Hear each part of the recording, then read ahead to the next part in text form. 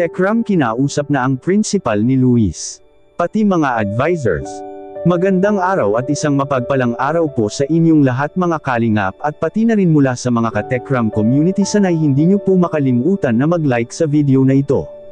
At paunawa tapusin muna ang kabuuhan ng video na ito mga minamahal na taga-subaybay at para malaman ang nilalaman nito. At maraming salamat po sa pagpatuloy na pagsuporta. At paki-subscribe po kay Kuya Val Santos Matubang at kay Ate Edna Vlogs at Kalingap Rab at pati na rin kay Tekram maraming salamat po.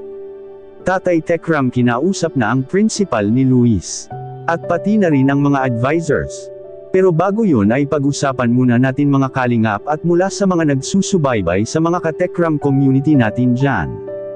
Ang patungkol po sa sinasabihan niya ng mga sponsors na kung saan nagkatotoo nga ito ngayon mga minamahal na taga-subaybay. At nakakapagtaka po ito dahil ito ang sinabi nila noon. Na maghintayin lang anya ang lahat sa birthday ni Luis at may pasabog anya silang gagawin. Grabe coincident lang ba ang lahat ng ito sa pangyayari ngayon kay Luis sa kanyang paaralan or sadyang pinagplanuhan talaga nila ito? Dahil kadalasan naman talaga sa sinasabi ng mga depender ni Dave Gador mga minamahal na taga-subaybay ay maghinti lang talaga anya at darating rin sa tamang panahon na may gagawin sila. At nagkatotoo nga itong isa sa sinasabi nila na maghintay lang sa birthday ni Luis.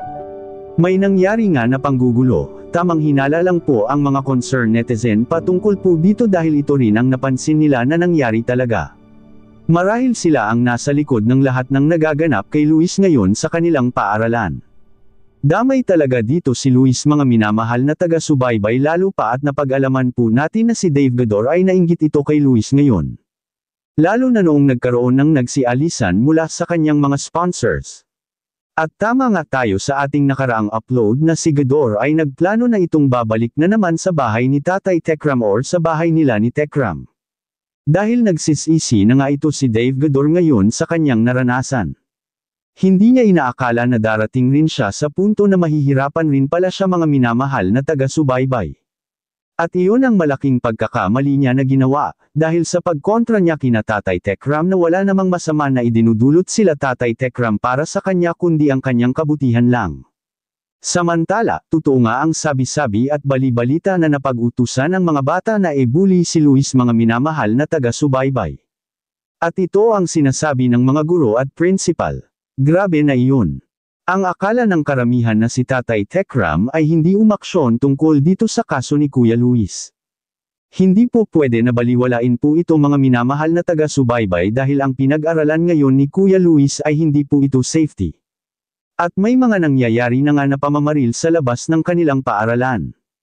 At maalala natin na si Dave Gador ay nagbanta rin ito ng pamamaril at sabi niya babarilan anya niya sila Tatay Tekram. Which is hindi po magandang banta ito, dahil pati si Luis damay rin sa usaping ito mga minamahal na taga-subaybay. At sa kabilang dako naman, Tatay Tekram hindi nga ba kinausap ang mga guro at principal? Yan ang atin ang malalaman ngayon, kakausapin talaga ni Tatay Tekram yan mga minamahal na taga-subaybay dahil hindi biro ang nangyari kay Kuya Luis.